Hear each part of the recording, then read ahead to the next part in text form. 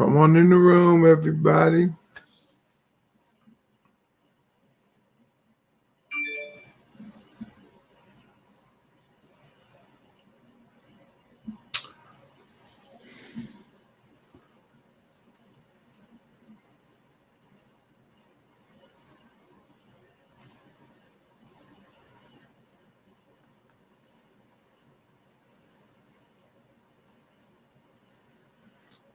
Good evening, Sheila.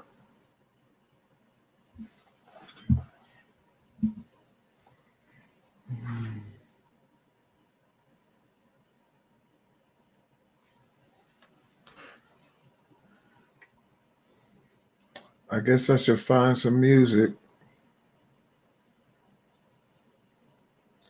Seems kind of dead. Wanda, you in the room? Welcome to the room. Paulette, Zena, how you doing? Good evening, Jamie. How are you? Do y'all want me to play some music? Hi, Demetra. I'm not in a music mood. Good evening, Inez, aka Cookie. Good evening, Desiree. Hey there, Demetra. Do y'all want me to play music? I'm not in the music mood. Victorious V, aka Valerie. Good evening. Tanisha, good evening. Doris and the Arnolds, good evening.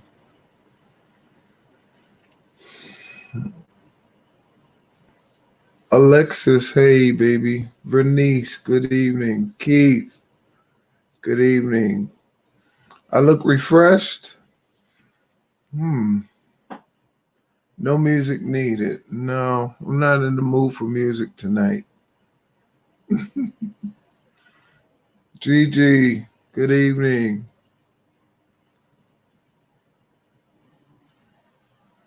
Teresa, good evening.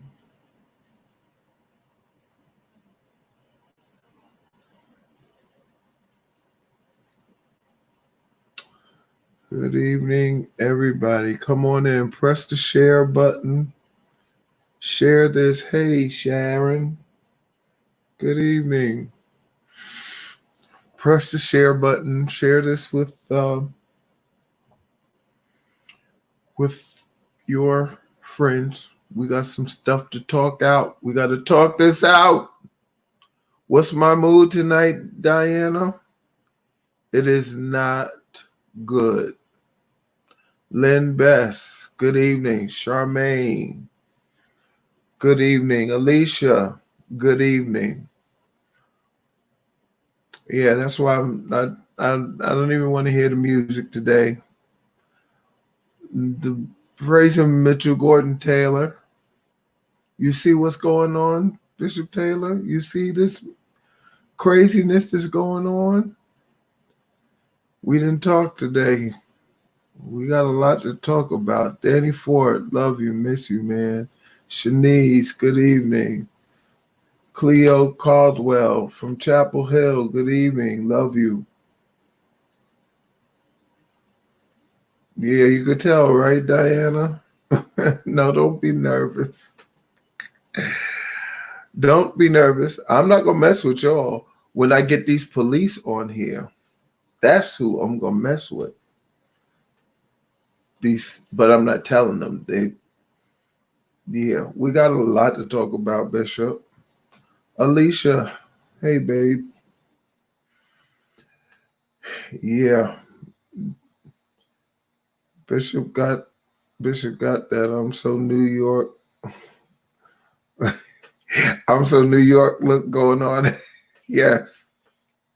Yeah, that's where I am. What's this? No, a piece of lint.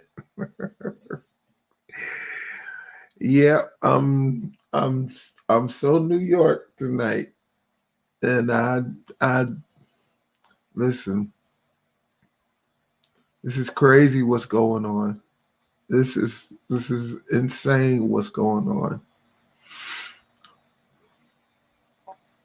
This is insane. Let's give them a few more minutes to get in. Are my guests here?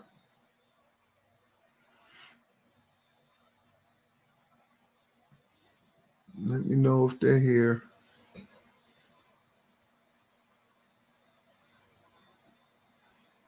If only one is here, all right. Let's give it another 5 minutes to give the rest of them a chance to get in. How are y'all doing? Y'all will hear me talk about how I'm doing in about 5 minutes. Nakia, hey, baby. You'll hear me talk about how I'm doing in a few minutes. Deliria, hey there. Pastor Parks, good afternoon. Hey, Janelle, love you. Pastor Jefferson, love you and miss you more. Cleo Caldwell, you need a word. Oh, Cleo, this is one of them nights that I need a word too.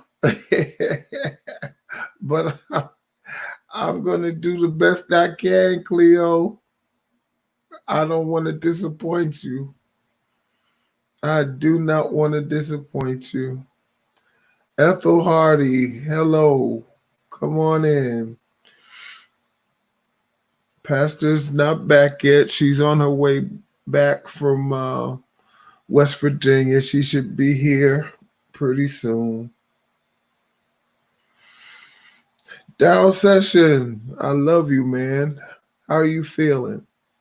You and Robin and the girls and the moms and the pops and everybody.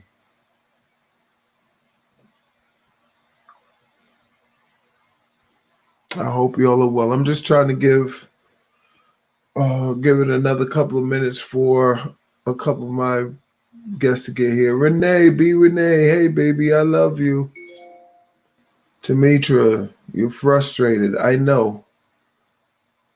Anthony Oliver, hey, how you doing? What was that message? Only one is here. All right. If my other guest does not get here quickly, we're gonna just go on with who's here. Who's here? Who's with us? Kelvin Harris, God bless you, sir. Anthony Oliver, bless you. Tiffany Hill Davis, God bless you.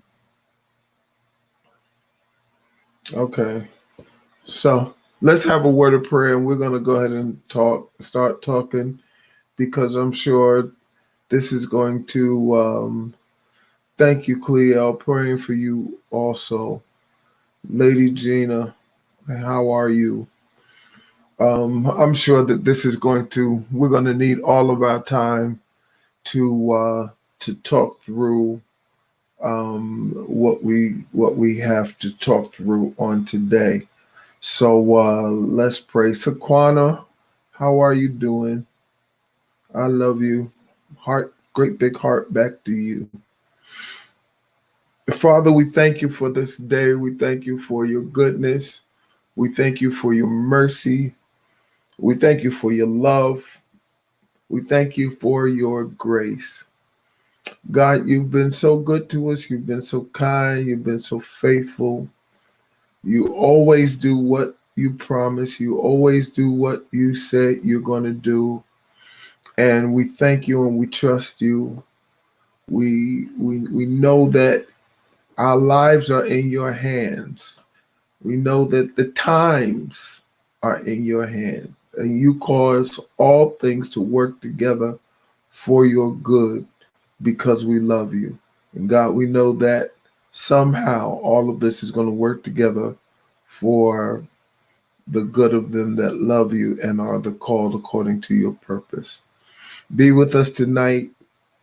Be in our conversation tonight, and cause us to say it was good for us to be here when it's all over. Thank you in Jesus' name. Amen. Pastor Taylor, Bishop Taylor, are you still here? Hey, Kyle, how are you? Pastor Thea, how are you? Bishop Taylor, if you're still here, I want you to come in with us tonight. If you're still here, if you can. Delyn Jones. Ah, good. The communion is a good thing. Can you come in with us, Bishop?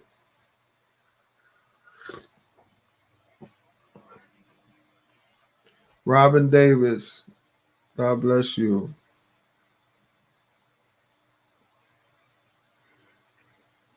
I'm going to send you the link, Bishop.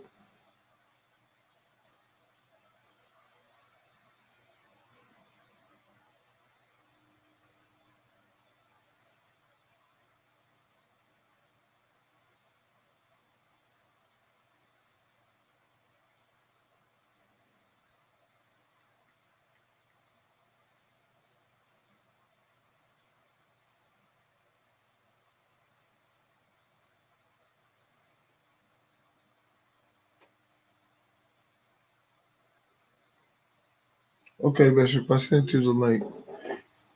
Um, all right, so just let me know when Bishop Taylor gets here. Then when Bishop Taylor gets here, we can bring everybody in, whoever's here, and we can go ahead and start talking.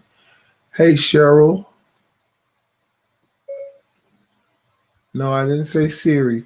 You know, no, I didn't even say Siri, and Siri came on. But hey, Lakeisha. Everybody, today has been a rough day for me. I'm going to be honest. Today has been a rough day for me. Looking at, thank you, Doris, about the power of music. I understand. And, I'm encouraged. It's not that I'm not encouraged. It's just that today has been like one thing, like right after the other, that that really breaks my heart. And I don't know if this is one of those days that just music is going to soothe what I'm feeling. To wake up this morning to seeing that another this makes the third that I've seen. Now maybe there is more, or maybe I got things mixed up, but I counted 3.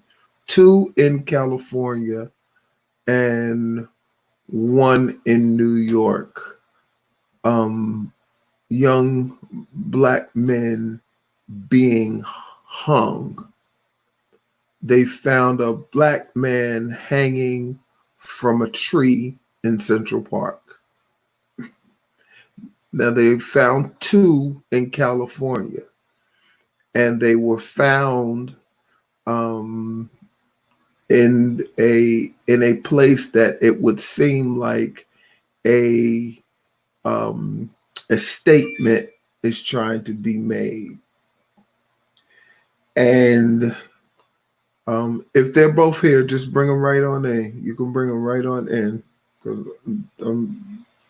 Are they here?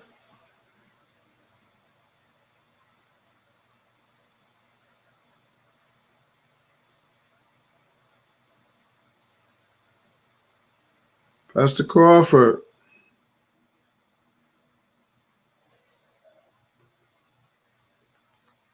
Your microphone is on mute. Bless you, sir.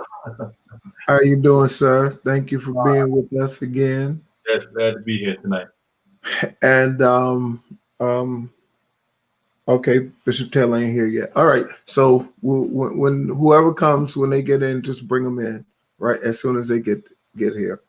I was telling them that I'm having a rough day today with all that I see that's going on. I'm really finding. I keep saying, am I reading stuff wrong? Am I hearing stuff wrong? because I cannot believe that what I'm seeing is actually happening. Pastor Jeff said it's up to at least 5 young black men that have been found hung. And I know in at least 3 of the cases, I don't know about the other 2. That's just the 3 that I know of. It was they reported it, I guess, in the police report. It went as suicide. And to think that we are back to lynching, is that from the 50s and the 60s? I wasn't even born when that was going on. Are we back to lynching black people? What's your thoughts, Pastor?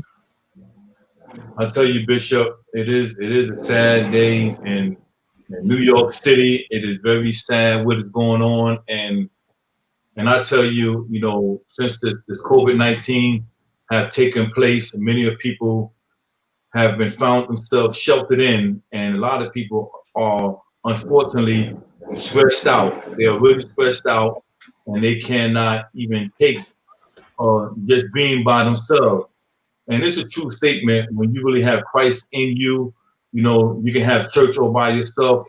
But unfortunately, a lot of people can't do that, and they find their mind being idle and getting into other things. And I really hope and pray, that there's no other we call other hands behind these killings.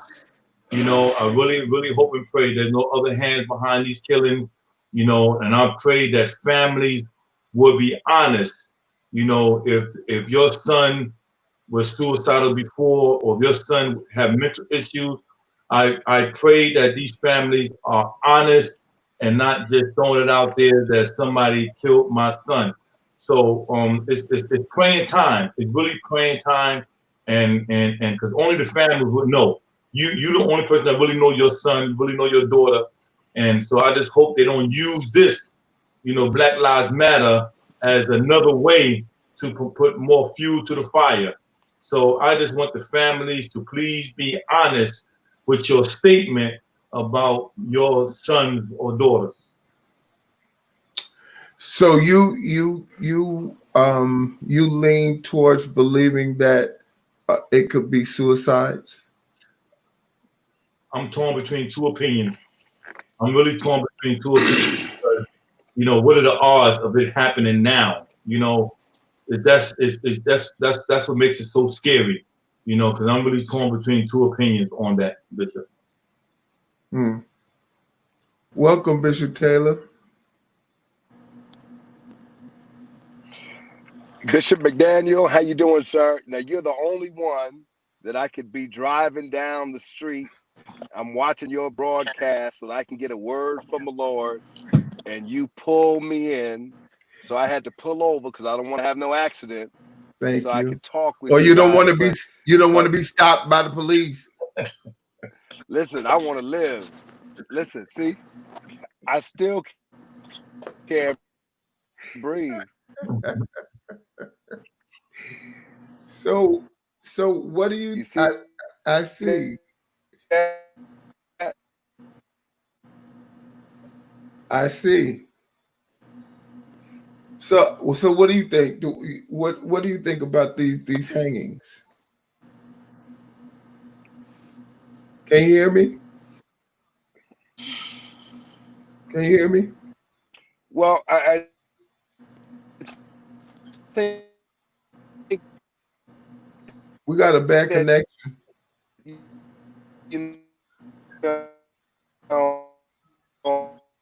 Your connection is bad, Reverend. Pastor Days. How you doing, Bishop? Welcome. Oh, you coming here showing off with your new glasses on, and these are old. you trying to? You brought me in before I could take them off, so I might as well leave them now. This ain't no time for you to be showing out. This ain't showing out time. I got an attitude today. I know that's okay. Right. Now, what do you think about these hangings? Do you think it's suicide? The way I feel, no, not really. It could be, but I'm not leaning towards it suicide. And, you know, I heard Reverend Crawford. I understand, because when you look at it from how we conduct investigations, sometimes you look at things a little analytical and you take a lot of things into account. I'm familiar with the cases and what's going on with those hangings. I didn't really get a chance to listen to them. I'm aware of them, but you never know, because there's going to be a pushback from others regarding all this Black Lives movement. That's why you see video now of people snatching Black Lives flyers out of people's hands, and you see pictures of some kids, Caucasian kids, having arguments with their parents regarding Black lives. So this is going to be a pushback. I have a friend that lives out in the area amongst Caucasian, and he's Caucasian, and he said the gun line is long, and all they're talking about is they hope protesters will try to come in their neighborhood. They want someone to come in their neighborhood. So it's going to be some type of pushback. So I don't know to the extent of evil men. Some men have beast hearts, and so I don't know. I'm leaning towards it may not be suicide. Who tries to climb on a tree to hang themselves, especially as a Black man? There's a bunch of other ways to commit suicide. And I ain't trying to be facetious here, but I'm just saying, that's a big thing. Because I took it personally. I took it like my teeth grit. Like, what? Yeah. Because if anyone come that has that kind of heart, they don't care what you are, cop or no cop. They don't care if you're a pastor, a bishop. They just going by color of skin. It don't even matter about education or anything else. Wow. Bishop Taylor, what say ye? Well, I just don't think we have enough information to actually assign the particular blame in this case. But I have to agree with my brother that our preferred, Pastor Cleniff, our preferred pathway to suicide is not by lynching ourselves. We don't do that. I mean, we find, it's very, my cousin from Detroit, same age as me, I was surprised he was going through some mental issues, and they say that he hung himself, in the basement of his home. He was going through some problems and I could see, because he had the chair there right underneath the pipe and what have you. And I could see Wayne doing that. But when you're talking about somebody hanging themselves from a tree, that requires a lot of diligence for one person to be responsible for hanging themselves from a tree. Again, I don't have a lot of details on it, so I don't want to speak prematurely, but it seems quite odd, because the messaging is, if you continue your protests, we're going to send you subliminal messages. So, I mean, there's all kinds of ways to look at this, and I would not dismiss any of them. Yeah, it's so it's reminiscent of a lot that went on,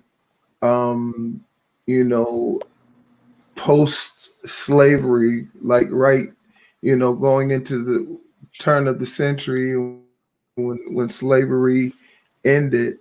The intimidation techniques that was used by like the Ku Klux Klan and just people that just didn't like black people, and it turned out being a race wars, which, you know, talking about this from the perspective of race, I don't like that, because technically there's only one race, and that's the human race. And I don't know who mixed that word up, who got that word mixed up, that nationalities or ethnicities are um are the race. The race is human. We're all in the same race. But it, you know, it was like in certain areas they would be in a actual race wars, and you know, that's what happened in Tulsa. It happened in Greenwood. It happened in many places, and I hate the thought of um, us, you know, going back to a race war, because, you know, today the generations today are not going for it. They're not going for it. They're not going for, you know, they're not going for the Martin way. They're going for the Malcolm way. And it's just it's a frightening concept. Can I say something, Bishop? Yeah. I think that, you know, I want to go back to, and I want to push back a little bit on your statement relative to we're all a part of the human race. And I totally agree with that, and I accept that concept. But I think we would be remiss rather, if we would not acknowledge the fact that, you know, being a part of the human race does not erase racism. And racism, structural racism that has been interlaced into the fabric of the society, originated not in us coming to America, but in us being brought to America as slaves. And so our fight algebraically has been below grade. We start algebraically minus 50. You know what I mean? So we're combating 400 and some odd years of this kind of oppressive psychological and physical um, you know, mental, physical, and everything else that goes along with uh, uh, this whole system that we have now been, you know, we've been a part of for all these years. And the difference between then and now is the revolution, if I could use that term, is being televised. You know, Right. with the advent of video and with the ability to capture some of the images now, you know, we always have dealt with, you know, prejudices and racism and things that have structurally kept us from having access, you know, to the same money that our white counterparts have access to start businesses. I mean, you see it all the time. You know, a black man goes into a bank to get a loan. I'll just use a pizza parlor. For a pizza parlor, the man says, you know, makes him jump through all these hoops and tell him, I can't give it to you. White man comes to the same bank for the same type of pizza parlor. The man is jumping over all kinds of chairs and desks to give the man the loan for the pizza parlor because he's white. I mean, it's just the way of the world. But now that we're seeing it on television, and, you know, I mean, it's so egregious. I mean, to see George Floyd being tormented for 8 minutes and 46 seconds with a man's knee on his neck, and a grown man saying, I want my mama. I can't breathe. Mm-hmm. And his mama is dead. Yeah. And See, the image here is a man with his hand on his hip, with his glasses on top of his forehead, and looking like, yeah, I got him now. And the second part of that scenario is Rashad wait, Brooks before you go into that, running away from we're gonna go slavery. into that. But before you do, I agree with you 100%. What my point was, the ism, I agree 100%. The whole ism. My point is race. The using that, where did how, I guess it's a question, how did it get to race when we all are part of the same race? I'm saying maybe it should be called ethnicism or nationalism or something. But when it comes to race, we are all a part of the same race. At some point, even the way it's used in the Constitution, it seems to be used in the wrong way. Maybe there's something that I missed, but I thought that race was human and that we all are a part of the human race. But what you're saying is because racism is when a person feels that one race is superior to another race. So if we're superior, if the race is human, that means if we're racist, we can only be racist to like Martians or something else, because we're all humans. But I understand I understand your statement, but I don't understand the context, because yes, we're all a part of the human race. And if we want to even go back to Ishmael and Isaac, I mean, they were all a part of the human race too, but because of the rejection of Ishmael, right? He was not the promise of the father, and he was given the portion. It began the divide between the Jews and the Arabs. But that's going back. Now let's fast forward this to us. First of all, there was domestic slavery in Africa. Okay, Yeah, now all of that. we don't I'm with all of that. I'm with all of that. My right. question is, how, if the race is human, how do we get to use that word for color? Because you said it the other night. Because black has historically always been associated with something bad. You No, said it. Black has always been. I don't know. Maybe I'm not understanding you right, but my point is, yeah, maybe I'm not.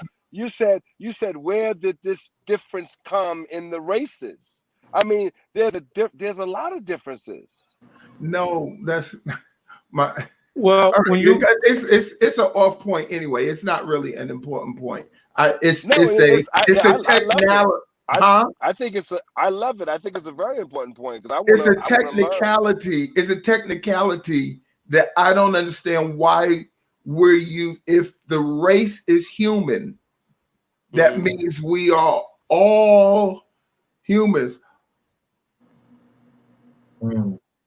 And we're all a part of the human race. If we're racist, it would have. What about this lady's quote here, Jennifer Burt? She said, when the Constitution was written, blacks were property, not considered humans. Now, I'm not fact checking this. I'm driving, but that's an interesting point, because we were not considered 100% men.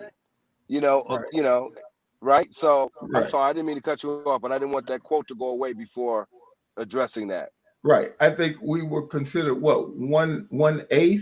3/5? Fifth. Or 3/5? 3/5. Something like that.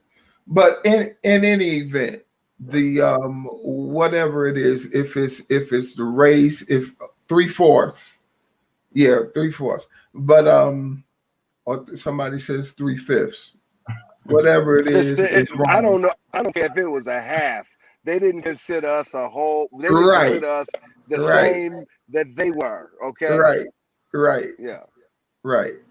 So Greg says race is a social construct. Race isn't really when we're divided by color.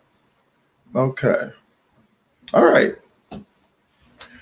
All right. So but in any event, it started out, and I'm giving you all my my thoughts of the day. And it started out with these hangings that does not make sense to me, and the possibility of in 2020, could we be headed into a race war? Bishop, I think that's what I'm afraid of, because it seems like people are setting things up for that, and that's what I meant by, even with the suicides, and that people be real, because a lot of these fires that took place, it was done by white people, right? And the bombings in the police cars were done by white people, and they want the perception to like black people did it. 'Cause why would you do something like that when you know it's the black movement? So the people could look at us as being the bad people. Now that's why I was hoping and praying with these suicides that the family would really come forth and say, my son had mental issues. My son was talking about committing suicide for a long time now. I just want people to be honest. Don't say your son was upright. He never had no mental issues. He never talked about suicide. Somebody did that to him just to start a race war, because people are looking for that. And that's what I'm afraid of. And the only way we're going to get through this is people that's come forward and be honest. Be Yeah. honest. And with the suicides as well, if it was just a regular day, then I would say, you know what, somebody did this to them. But because of COVID-19, people are shut in. There's a lot of church folks that's giving up because they shut in and can't go out and shop and do what they normally do. They are falling into depression. So anybody that have mental illness anyway or stuck with depression, this COVID-19 is making them worse and liable to do anything. So we have to be very careful. And I just want people to please, if they hear me, just be honest, because honesty is going to be the best policy to save this country. Yeah. And there is a segment Can I of can people. I ask? Go ahead, Bishop. No, go ahead. You go ahead. I just want to say there is a segment of people that are committed to seeing a race war and riot. They want that. And it's a segment of people that's committed to seeing this country fall, that are anarchists. These people actually exist. I had interaction with groups like this, and people who this is what some of them this is what they want. They doing all they can to make a race war. And then there's group who don't want a race war, but some reason they want this country to fall. I don't know what is that about, but that's what, see, it's hard for us because we don't think on that level. That's like on the level, even at Trump level, whatever we may feel about Trump, like a dislike, on that level, those politicians, they don't think the way we do down on this level. They think it from a different perspective. They don't operate from a type of mindset we do on that type of level. That's why there's always a disconnect. Yeah. What are you going to say, Bishop? I just wanted to come back to Reverend Crawford's statement about the hangings, because it sounds like he has some information that I'm not privy to, that maybe may not be public, because you seem to, this is the second or third time you've suggested that the family should come clean with I guess the biography or the history of their children, And are you saying that because you have some knowledge of their mental history or their mental health? And why are you saying that? Why are you suggesting that? No, none whatsoever. None whatsoever. I'm just talking about honesty, because a lot of times with parents, they try to make their children look good or be good. And we just want parents at this time, just to be honest, so we don't start no more fuel to the fire. You know, a lot of times people will say, oh, my child is good, knowing their child is bad. So I'm just saying, at during this time period, please do not, just make up something to put fuel to the fire. So I don't have no inside connection or information whatsoever. I agree with you, but what bothers me is if it was just one, maybe two with a copycat, then I would say, it could be that. But if it's true that it's five, if they were in their house, if they were hanging in their house, but to go out in public and hang yourself on a tree just doesn't seem plausible to me. And that's why it goes back to what Pastor Days have said, and I'm afraid that they do a full investigation and get all the details out, and then just put all the details out there. Yeah. And at that point, it'd be easier to determine who did what. Exactly. And make a mission. Exactly. Well, that brings me to the next part of this discussion.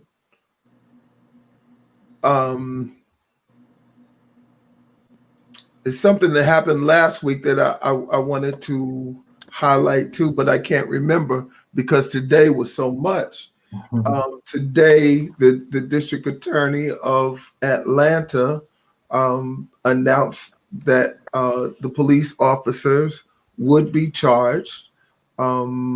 He listed 11 charges for one of the officers, and he listed 3 charges for the other officer. In listing the charges, one of the charges was a felony murder. Is that right? Did I say that right?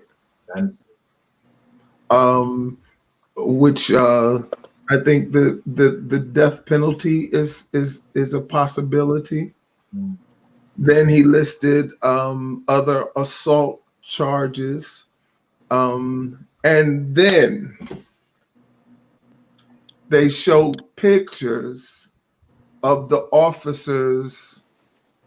officer kicking the guy. He's obviously dead. They're kicking him, and then the other one stands on his shoulders. And it just threw.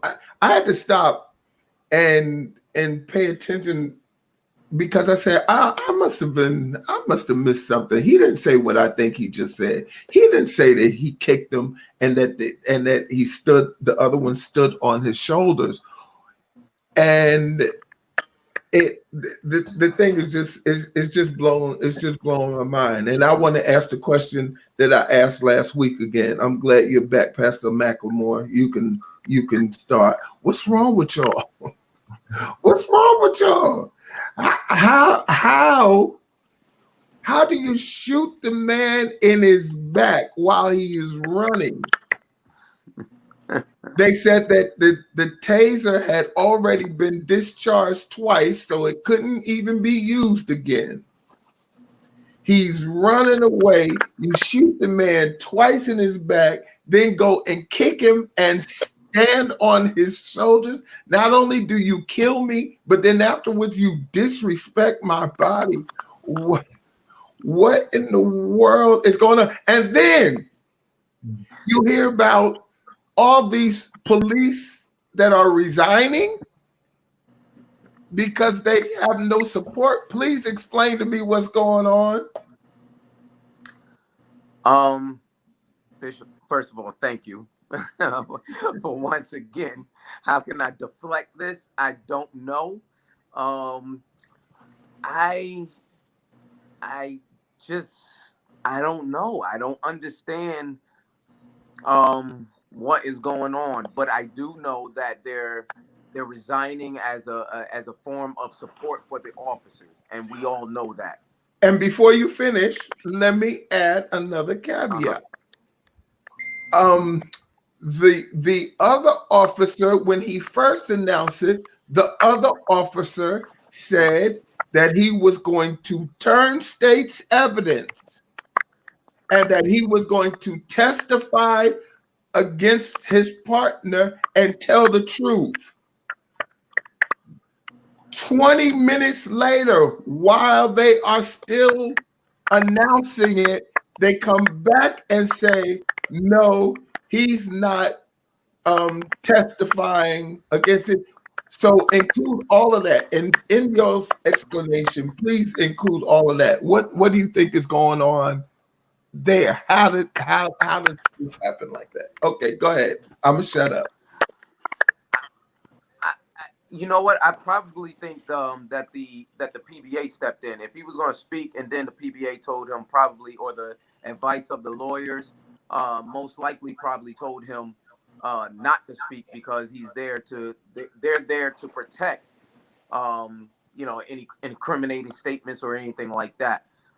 Bishop, I'm gonna be honest. I didn't see the entire video. Only seen a little bit on Instagram. And then, but that was before all the rest of the videos came out.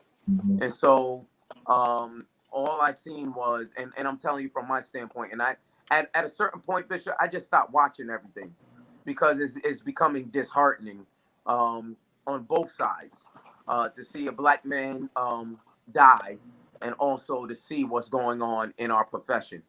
And so, in which Pastor Crawford, Reverend Crawford, and also Pastor Deus can attest. Sometimes it just becomes too much, and seeing what's going on in our profession, it's kind of like, wow, is this what it's come to? And I can tell you from just speaking to various members, they would say that a lot of police officers resigned in support of their fellow police officers. Now, am I saying that's right? Absolutely not. But they believe that there is no support. And as we had said I think it was last week, a lot of police officers are on the defense mode.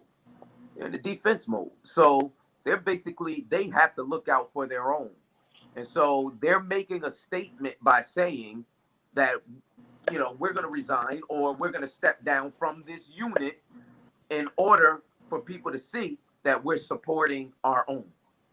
Now, go ahead. But what is the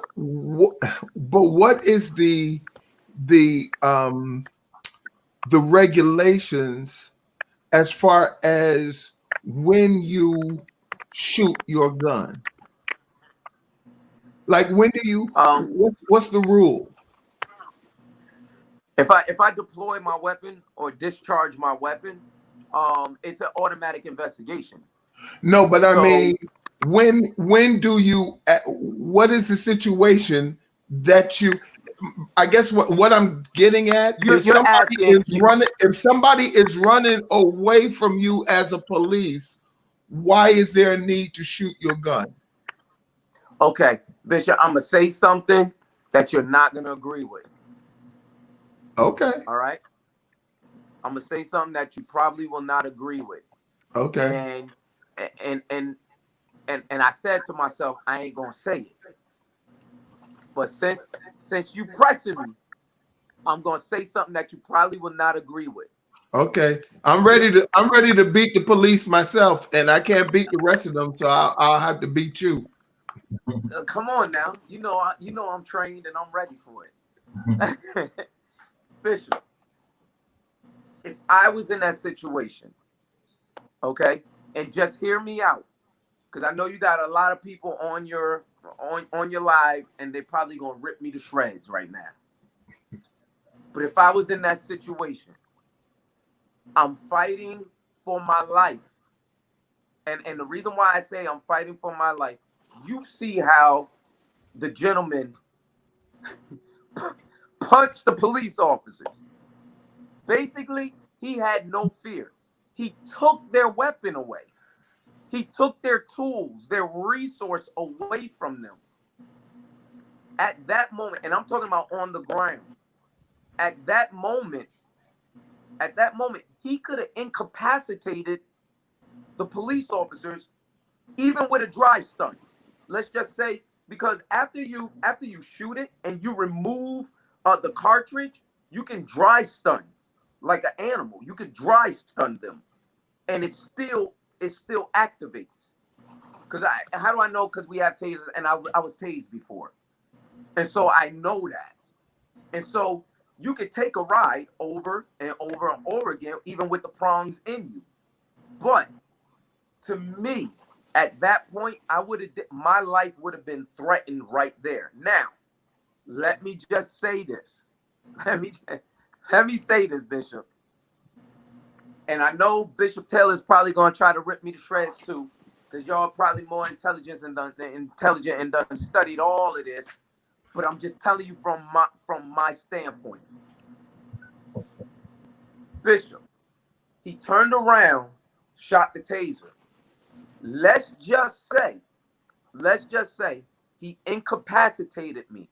He could have took my gun. He could have beat me up. I don't know. It's a split decision. What am I going to do to protect my life from someone who has just shot the taser at me? And I'm not sure if it hit him because I didn't do enough studying. But if it hit him, or even the mere fact of shooting something at him, I don't know, Bishop.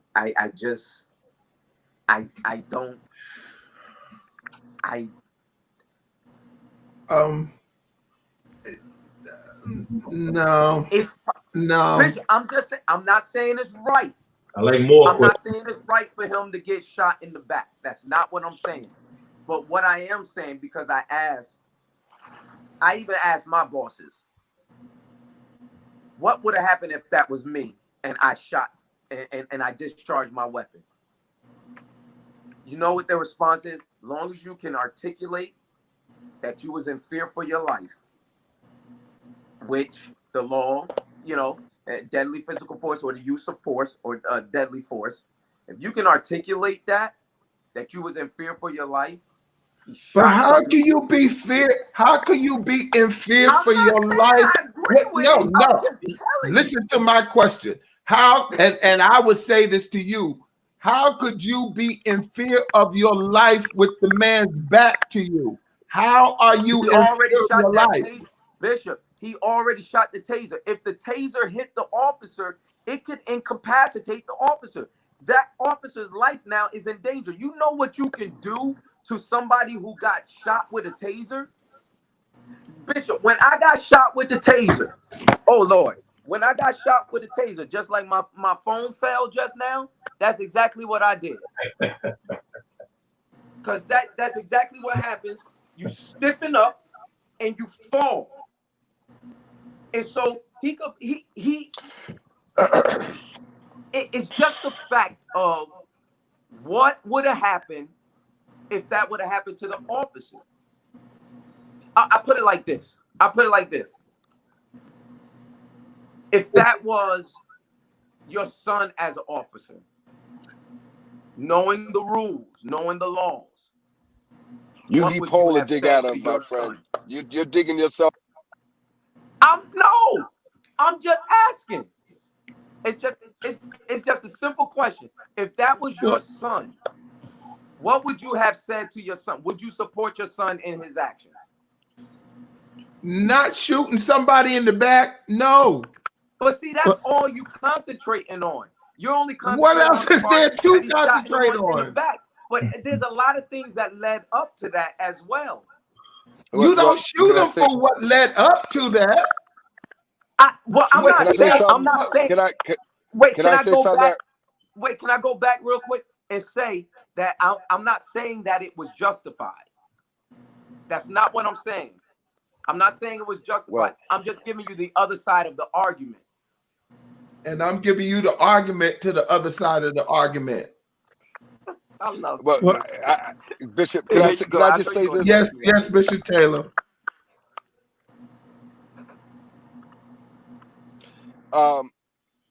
Reverend, you started out by saying that we probably have studied this more intensely than you, and that we have. I felt like that was a little insulting, but let's go past that. I served almost a decade on a civilian complaint review board. Mhm. I think I've read maybe around 70,000 cases during that time period. I don't know. Mhm. And I've had, the privilege of going through the police academy. I had when I say privilege, I don't mean it like a privilege. I mean like I had the ability to understand what you guys have to go through in your training mechanism in order to serve and protect the public. the Citizen And Police Academy. So no, when I went, they didn't even have the Citizens Police Academy, Okay. but that's a whole nother story. But my point that you suggest that someone running away from a police officer, and I agree with one of the statements that was made. Why are we starting here? And why you would try to justify the officer shooting when there was two officers. The dynamics are so different, and your description of this incident is so deficient in clarity that I had to challenge you, because you're describing not apples to apples. You're describing a whole nother scenario. What if it was me? That's New York. I mean, what if you were by yourself? That's a different thing. That wasn't the case, man. You want to justify two white officers, one of which, Rolf, when he came, he was his pride was insulted because that 27-year-old boy who was intoxicated was able to out wrestle two officers and take his taser and get off a punch in his face. And he said, and they have it on record, that MFer took my taser, right? Then he ran after him. And listen, when he was running, you can see that he shot the taser again. You could see that the taser was not a deadly weapon, so there was no justification of deadly force because there was no threat of life. The man is running away from you. There are two officers, and when he finally gets to the man and shoots him in the back twice and kills him, he says, "I got him." And then Now, kicks him. well, let's not deal with the kick. Let's not deal with all the stuff that happened. Just stop right there. Think about it for a minute, because to me, I don't think you gave that enough consideration before you threw that out there like that. And I'm not trying to be funny or nothing, but I think that, we're not comparing apples to apples. Okay, and I'll rebut, Bishop, and with all respect, I'll rebut from my standpoint. When I said that you probably studied it more, that was not as far as I'm saying that I didn't study it. So you probably understood it a little bit more by doing the research, and so therefore I'm saying I that didn't I do no didn't do research. I enough saw the research. same video you saw. Oh, okay. So, all right. Okay, no problem. As far as with me, I'm saying if that was me, and once again, I did state that I did not justify the officer's actions. I'm giving the other side of the argument as far as what some police officers, not all, but some police officers may think. If to me, you guys already handled the part that you already know that is not justified. I'm telling you what other officers may think as far as me talking to other officers. And so, But you said no, but when remember, you I said started when I out, and talked when to you my started chief, out, you said that after. When you started out, you said you guys are not gonna like this. right? And then you said, if it was me, Yes. if it I was don't know what I me, would have done. I listen, my life was threatened, You saw the same video I saw.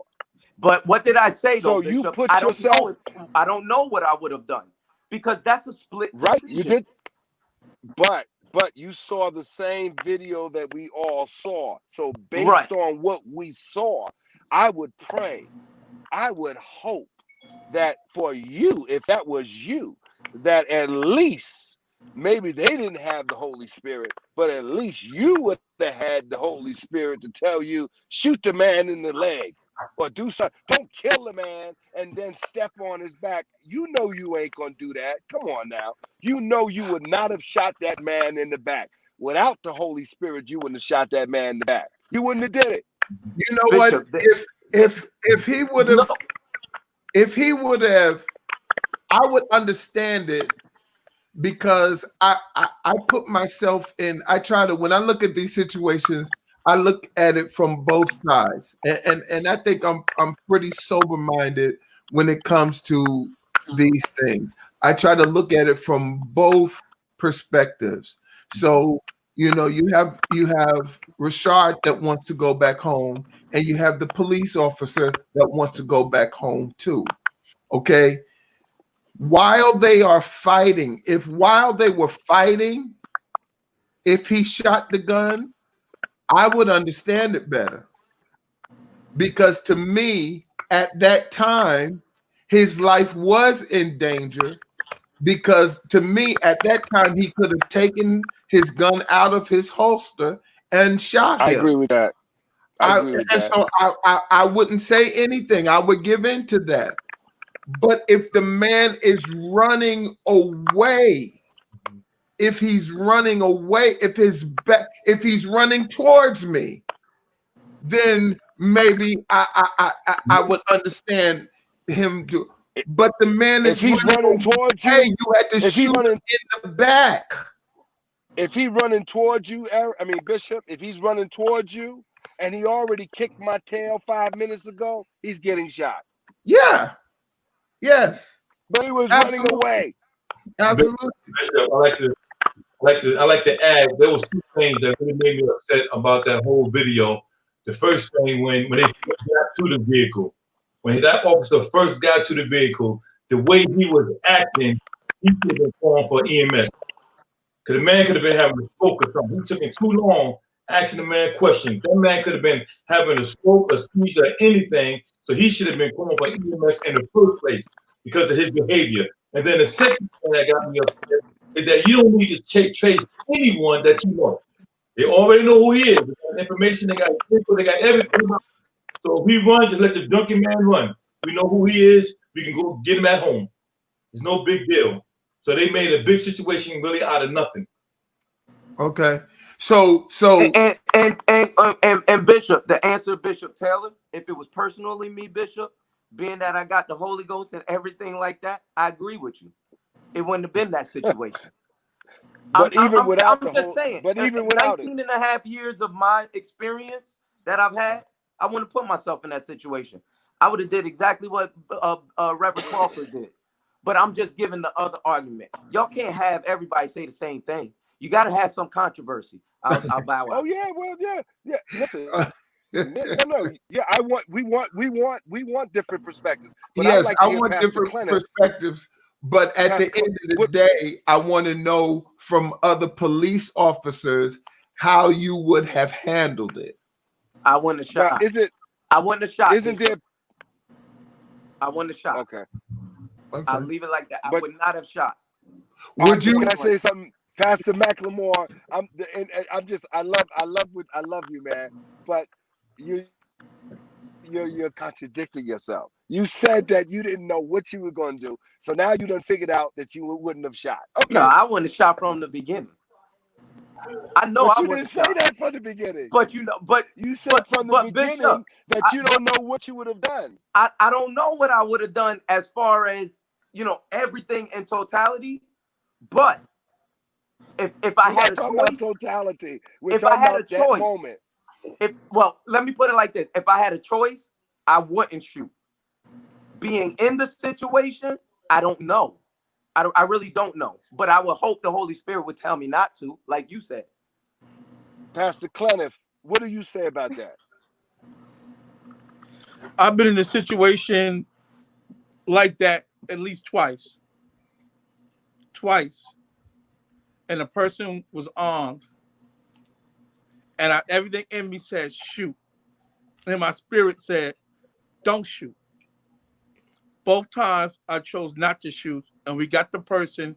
Everything was okay. And I've been in a situation where more information. You got to give us more information. What was the person running, or was? Well, I've been in two where they were running, and I've been in one where it was face to face 3 times, 3 different times, and one was a bank robbery where the person was face to face and we facing each other. And 2 of the times where I'm face to face with the person with the gun, 2 of the times they got the drop on me. One time we were just even off at the same time, and I had to make a decision. And each time I thought, if I kill this guy, I'm justified legally. I'm going to go to the precinct and get a standing ovation. They're going to pin the medal on me, and the good guy won. But just as I said, I'm going to pull the trigger, something kicked in the spirit. One time I holstered and walked to the guy, and he gave me his gun. The second time, I didn't shoot the guy, and I'm glad I didn't. He put his gun down. He put his gun down when he saw a bunch of cops came that was white. And he said, I'm putting my gun down because I know they're going to kill me. So I'm like, what you thought I was going to do? He felt like they was going to kill him. With me, he felt like he was going to take his chance. But then the gun ended up being a BB gun. So I'm glad I didn't kill him when I had the chance, because it would have been like I shot somebody with a BB gun. So I've been in that situation. And every time someone wanted to run from me, I had this mind. Run, I catch you another day. I'm not hurt to see you get away, get by, or get over. I'll catch you another day. I took that stance. Now, if you sock me in my face, you got a 75% chance. Yeah, I'm coming. I ain't gonna let you run. I'm gonna get you if you haul off and sock me in the face. And Reverend Crawford could tell you, me and him was standing up in full uniform, and a group of guys came, and I said, "Are they coming to us?" One of them came to physically fist fight me with my uniform on, standing next to Reverend Crawford. You remember that on White Plains Road? Mm-hmm. The guy, and he said, "I'm gonna show you how you treat these cops." Right then and then, I feel like I could have shot him.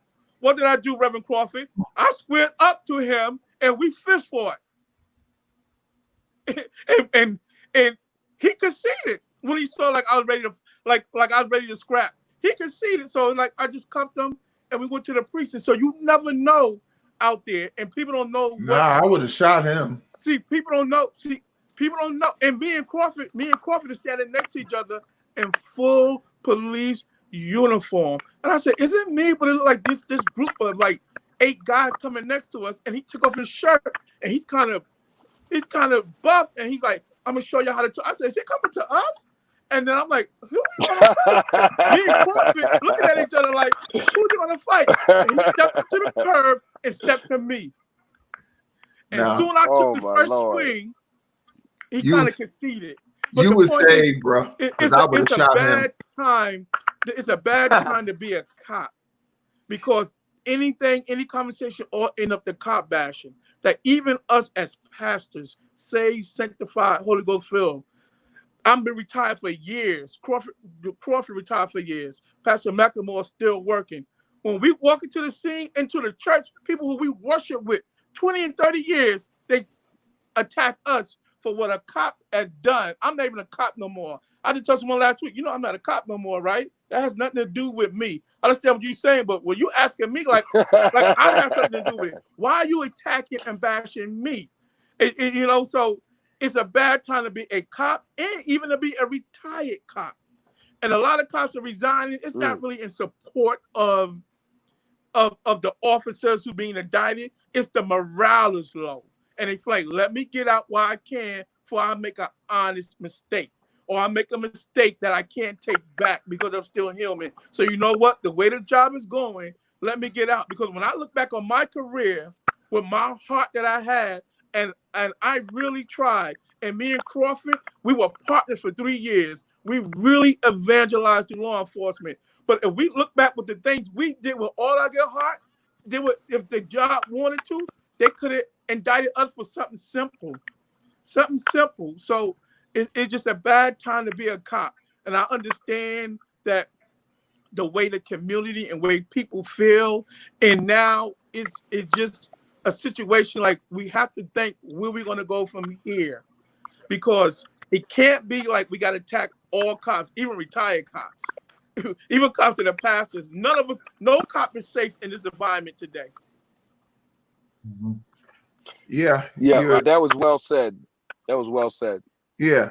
And you're absolutely right. But I have to, especially you, I have to attack because I'm mad at y'all right now. So the ones that I know, the ones that I'm close with, I have to attack y'all. I have to take my aggression out on y'all.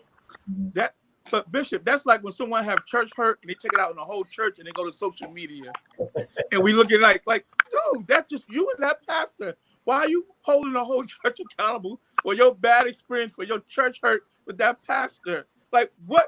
That's how we feel when we see people church hurt get on social media. We're like, all these pastors, especially if you have a musician, they start these pastors. Then you have a pastor, these musicians. Like, that's just one set. So why all pastors? I have, how many times we saw someone in the church went in on all pastors and you have a relationship with them, you have to go inbox them or hit their post up and go, you mean me too?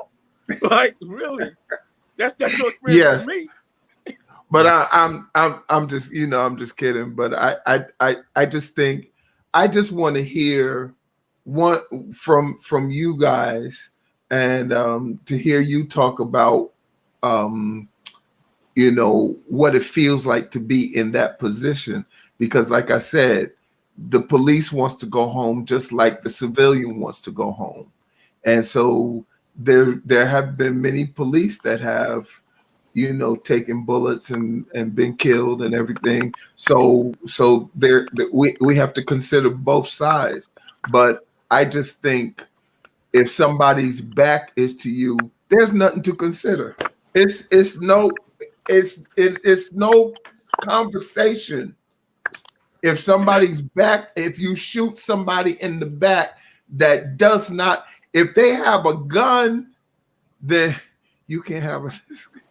Come on, listen. Let me forward listing that link to get in, Mitchell. All right. Oh boy, what's gonna happen now? I don't know. Bishop, I agree with you. I don't believe that's my own. Huh? I ain't being controversy now. I don't think I would have took a shot at anyone in the back. No, because I didn't take a shot when I had the shot 3 different times in the face when I should have. So I know I'm not going to really. You don't know what you're going to do. That's the weird thing. In those situations, as cops, we could say the police department is like this. It's seconds of boredom, but it's hours of boredom, but it's seconds of horror. When things happen, they happen this fast in seconds. So it's like you be bored all day, and then you have these seconds of horror that are happening in less than 5 and 6 seconds. So it's almost hard to say how you would react. All I could go by based on my normal pattern and what I would normally think and how I normally process that I probably won't take that shot. But you never know. Because, like I said, the police department is hours of boredom, but seconds of horror. When it goes down, it goes down. It goes down just like that, and you make that quick split decision. It was amazing to me how quick it shifted. Like it shifted so quick. The conversation, they were laughing and talking, and it was going so good. You could tell the guy was, you know, that he was drunk, you know, but it just went left so quick. But you know, my like I said, my thing is just if someone's back is to you, that's all bets are off. If they're running away, huh? Why do you think he fought? I have my reason possibly why I believe he fought. Why? But why do you? Because he made a comment. I want to go to my daughter's birthday party tomorrow. And most people know when they locked up, I have locked up people and go, please, officer, I can't miss Christmas. It's December 23rd. You take me to Central Booking now, I'm going to miss Christmas with my kids. Please don't do that. I heard that say, and I heard officer said, tomorrow is my brother's wedding. Please don't lock me up. I'm the best man. So I heard people, and I saw the desperateness in them when it was like a major life event, like they don't want to miss. Whatever that reason is, I've heard these comments, and if I'm not mistaken from the clip I saw, he said, "I want to make it to I have to go to my daughter's birthday party tomorrow." Maybe he figured, let me go to the party and you catch me later. So, good. Everybody, welcome His Grace, Bishop Liston. Bishop Liston Page Jr. Bishop, you brought backup for us? Bishop, you brought backup for us? No, he already brought in Bishop. No, I haven't. No, y'all are armed. Listen. Bishop went and brought backup. Listen. He called reinforcements. Listen. I'm so insulted right now. I'm so insulted right now. Eric, how you gonna have a live stream and not gonna you're not gonna tell me about it? And see, I'm gonna get Mitch too, because Mitch, I thought the three, I'm really offended. But I'm not gonna say anything wrong. I don't want to hear nothing you gotta say. I don't want to hear nothing you gotta say. Listen, Bishop. Listen, Mitchell just stopped. Look, now Mitchell just left. He just stopped by in the chat, and I told him to call in. But thank you. I'm glad you're here. I need you to say something. We are talking about. We got 3 police officers here, and and I'm asking them what's wrong with them. Why they shooting people in the back? I think. Now, let me just straighten up. Let me just say it like this. Let me say it like this. I don't think those 3 black brothers on the set tonight would dare shoot anyone in the back. But I do believe that they can identify with being, how can I say it? If you get into a confrontation with someone in the street and you're in your uniform, you're doing your job, I believe, and me and Mitch talked about this, I think we did too, Eric, about, when you're doing your job and you roll up on somebody as a cop and you ask them for ID, registration, whatever, and they give you some pushback, I think it's only natural because of the authority that you hold to be a bit more aggressive. Maybe not physically, but I'm the authority. I'm the authority. And I think all of us that have been in authority and under authority know what it feels like by authority to be disrespected. Now, do we go to the extreme of shooting someone? I don't think so. But I think that police officer's ego, his manhood was bruised because he was overpowered. His weapon, that tail whipped. His taser, that tail got whipped. That taser got taken away from him. And I think really, now I talked to Mitch about a lot about this because he served on that police review board. And I take a lot of my leads from him. And he said, you know, you trained a certain way, but when a person is running away from you as a cop, and you got his ID, you got his license, you got his car key, you got his car, what else do you need? Even if you go and get him later, why not get him later and charge him for obstructing justice, charge him for leaving the scene, charge him for driving while intoxicated? I mean, there's a lot of layers there, in my opinion, you know. But you all could never get away with shooting a white person in the back and have your job even for an hour. You would have got fired on the spot. So there's that disparity there, you know, in my mind. In my mind, I wouldn't want to be a police officer at this point. I'll tell you a funny story. Me and Mitchell Taylor is riding on Route 80 one night. I'll never forget it. We on Route 80 one night, and a white Who was guy driving? off. I mean, Who was driving? And Mitch was driving. I'm in the passenger side, and a white guy cut us off. Now, Mitch had his police badge. I said, Mitch, give me the badge. Give me the badge. Give me the badge. I grabbed this police badge. Remember that, Mitch? I rolled down my window and stuck the badge outside. I said, stop, stop, stop. And the guys was looking like, oh my God, this is a real police officer. And all of a sudden, Mitch said to me, he said, listen, you're gonna get my back. Give me that badge. So my point is, it's something about when we are in power, how people respond when we in power versus how they respond to us when they have the power. When they have the power, it's like they don't give it a second thought. But when we have the power, we always got to stop and think and critique. So I wouldn't want to be a cop in this climate, because the three of y'all could get killed because you're going to have to take your time when you come up on somebody. Good, Mitch.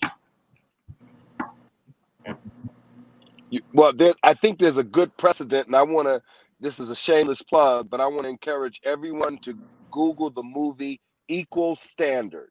Mm-hmm. If you haven't seen it, it is about a black police officer serving in the NYPD, and he was with his friend, he was off duty, but he was with a friend that was not a police officer. They were in a bodega, and they were coming out the bodega and talking and just, you know, laughing and what have you. A police car, unmarked car, rolled up on them and said, you know, questioned him about, you know, what are you doing in this neighborhood or whatever. And the cop, the off-duty cop said, what are you responding to? I forgot what the radio, what do you call when suspect with suspicious suspect may be armed? What is that? It was a radio call. Like a 34. So he said that he was responding to a suspect possibly armed or something like that, whatever. So the guy gave him a police signal or whatever the case may be, and the two white cops didn't, you know, they didn't respond to it, but the other cop said, gun, gun, gun. He said, hold up, I'm a cop, and was pulling his badge out from underneath his what's called. They shot him. All right. And as they shot him, he fell to the ground, but he took his gun out and he got a couple of shots off and killed the white cop. Killed the white cop. Now, the reason why I know about this movie is because I had my acting debut in that movie, Equal Standard. But it is a great movie, and it depicts exactly what Liston you just talked about. Because guess what? They put that black man, they took his gun, they put him on suspension. He had to go to trial. His life was on the line because he killed a white officer. Mm-hmm. And it wasn't his fault, because they were trying to kill him. Does black police officers get the same protection in killing a white person as white police officers get in killing a black person? I don't know no black cops that kills a white person. Mm. Bishop, it still I goes don't back to know. who you know. It goes back to who you know. So if you have, as a white officer, they're gonna know a lot more bosses. They're gonna have a lot more clout. That's their hanging buddies. So they're gonna do whatever they can to save his job. But if you're not with the in crowd and you just really a nobody, they're not gonna put their best foot forward for you. Black officers of color, they are disciplined more and more harsher than our counterparts. We are, number one. Number two, when it like Reverend Crawford just said, two is all according to your connection, how much the union is going to push for you. It's all about who you know. Because if you just a regular nobody, unless it benefit somehow, the powers that be maybe in the union, you're not going to get full representation the way you would get if you was connected and people make calls for you. You know, in the police department, we call it a rabbi. You know, if you have some rabbis, you know, and someone who can make calls for you, then you almost good to go in some scenarios. You know, even me, when I had my little situation, I was good to go because I had now chief and inspectors calling for me. So my little bit of thing that I went through, it went away because I had people who was like, no, I know this guy. And they was of ranking officers. So that made, when I was getting in trouble, that made other people back away from me because people spoke up for me. Can I ask a question? Can I ask you all a question? What is the protocol if someone takes a weapon from you? Is it like open season? If someone takes your weapon, if someone assaults you, what are you trained to do? Well, I'm gonna say one thing, and I'm gonna let Reverend Crawford or Pastor McLemore. Whenever like that taser was taken, what happens in police culture? Most times, that person becomes ridiculed and teased in the precinct. So it becomes like your locker, everything. They're gonna joke on you. They're gonna draw drawings of you crying for help. They're gonna kind of tease you. And some people don't want to be in that position to be ridiculed. From there, I'll leave it up to so Pastor you just kill them. Crawford. The cop is going to get teased. If someone takes up from you, get to the precinct, you're getting teased. After everything go down, you're going to get teased about your gun or your weapon or the taser getting taken. They're going to make fun of you. I agree. If someone take your gun, somebody take your gun, that's it. It's open season. You be so embarrassed. It's humiliating. The cop's gonna make fun of you until you retire. That's it. You can't be joking with another cop. Another cop gonna be like, "Yo, did you get that gun back? Oh, you want to take my seat in the car, but you won't go and take that gun back, right? Like you just gonna get teased and mocked." Yeah, it'll be over. I agree with them. Yeah. So we spent like 3 weeks. I know it's running late, but we'll go over time a little bit tonight. We spent 3 weeks talking about the problem. Now, I think before we end this live, we should give our vision for the solution. The president laid out his idea of police reform.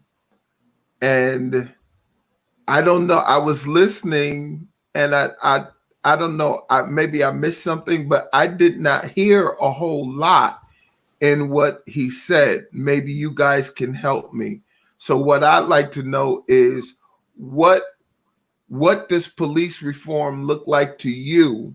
And what do you think about what the president did as far as police reform is concerned? Well, one of the first things they did was take away the undercover cops, because they know that the undercover cops cause a lot of confusion in these cases, because if you're a regular citizen, you don't know who this guy coming up to you, you don't know if he's going to mug you, you don't know he's a police officer, And then, you know, the first thing they're going to say, I have my badge out. You know, that's your word against them. You know, so the undercover cop is one of the things. It's sad that they have to take it away, because undercover purpose is to get close to a person. You know, it's sad when undercover even have to hurt somebody or shoot somebody, because your job is, you in plain clothes, to get close to somebody so you can grab them to avoid all this mishap. You know, so it's this, but because of racism, this is happening. They're going to take away from undercover cops. Okay. So are you saying that was in the president's police reform plan? But that's in, I don't know about the president, because I didn't hear the president's statement, but I know that that's one of the reforms that came down immediately to all the precincts. Oh, for New York. New York. Okay. So Wait. Go ahead. You're saying that the NYPD has now a new edict that all undercover or plainclothes officers Just are anti-crime. barred from Right. serving? Right. No, is go ahead, Days, in uniform. They put it back in uniform. It's just anti-crime. They dismantle the anti-crime officers, which is 600 officers. There still be some type of plainclothes narcotics and other specified units, but the anti-crime unit, who specialize in getting guns off the street, and a lot of them guys are real good. They very good. And those of us who was cops to work with guys in anti-crime, a lot of them are very good at what they do with getting guns off the street. But then there's been a lot of abuse of that, because to do things and get away with it because no one your name anything. It's just you in plain clothes with your badge tucked in your shirt.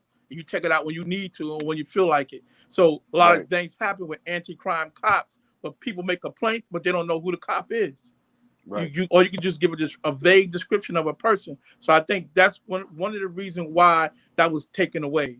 But as far as President Trump bill, I don't know what he put inside that bill, but I don't know if it's anything that regulates fairly. I think whatever he put, he left it up to each jurisdiction to decide. And there's over 118 police department and police municipalities in the United States. And I believe they give something like, I don't want to get the wrong number, but I know out of the billions, New York get $6 billion. And Mayor de Blasio was the first one to jump out there and say, I'm going to take $1 billion of that $6 million, and I'm going to put it towards community and social services.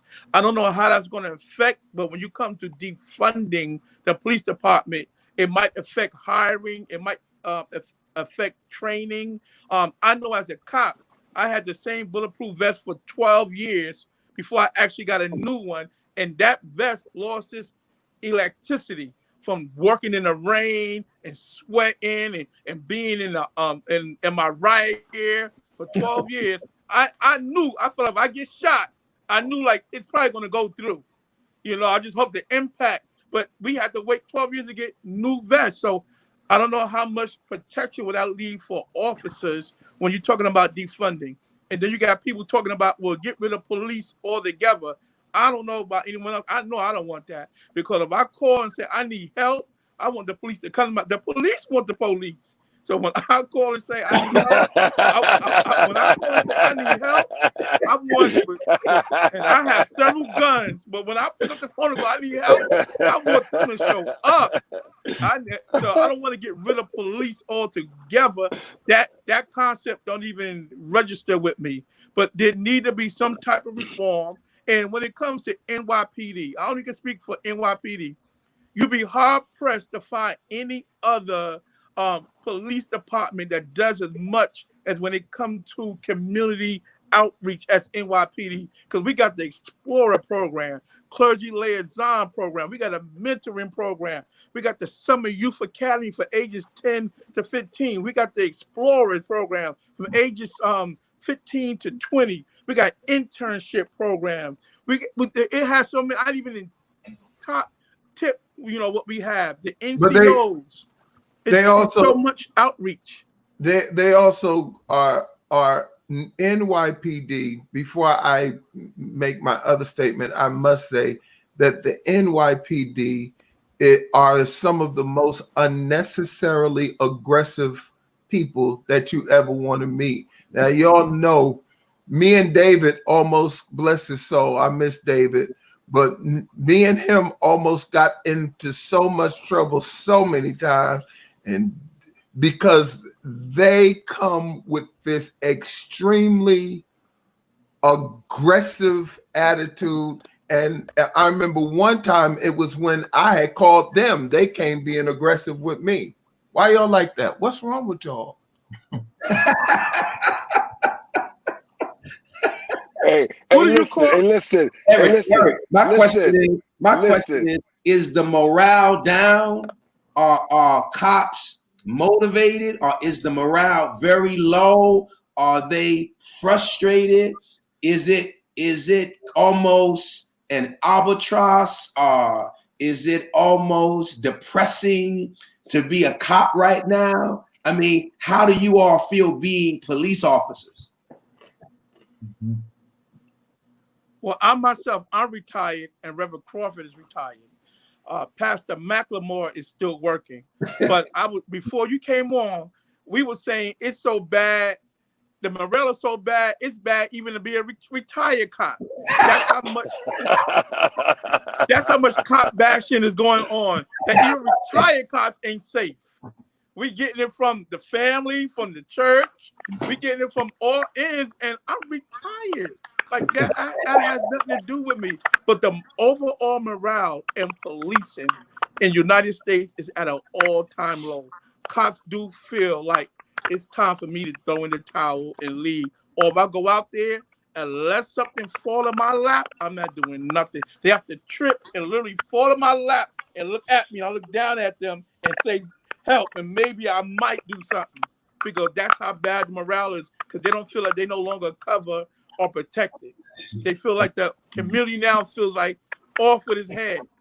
And if they make an honest mistake, no one wants to be in that position to make an honest mistake. No one wants, and the community don't want to hear, oops, I didn't mean that. So right now it's at an all-time low. And I want to say to the chat, if you have questions, please post your questions now, because we're getting ready to start wrapping up. So if you have questions, post your questions. I promise you that Eric and David did something wrong. I promise you. Yeah. I can speak for David. I know David, so I don't know. I promise you, they were wrong. And got an attitude. I know them. I know him. He got an attitude. He is wrong. He probably said, I'm the man of God. I'm the man. No, you ain't. No, yeah. Bishop, I would say that it is. I agree that it is at an all-time low. But you know what I'm really concerned about as being a police officer? My family. Wow. The effects that it will have on my family. Now I'm getting serious. Now I'm for real. The effects that it will have on my family, my kids, my wife, because they see what we go through every day. And they know that the police officers in this climate right now, whether you're the good one or the bad one, we're all lumped in the same basket. And, it's just not a good time for any police officer in this profession. And so I'm not so much concerned about me or, my morale. I see it in my police department because I'm the third in charge of my police department. And so I see that the morale is low, but I'm more concerned about my family and the effects that it's having on my family. So it doesn't really matter that I stand out there on the protest or not, or with the community during the protest. Thankfully, I've been on both sides. So I've been, as the lieutenant, watching the protests and making sure the protesters are safe. And at the same time, an hour later, when I drove back to my home, I'm giving a speech as far as protesting, with what's going on in the world. And so, but what I'm really concerned about is my family and their safety as well. Yeah. And so not that I'm in trouble or anything, but I know that it could take an effect on them, and they're more concerned. Just like when I was in specialized units, as far as undercover and ERT or SWAT and stuff like that. They were concerned because of the dangers of that job. Now it doesn't matter if you're good or bad; it's just dangerous.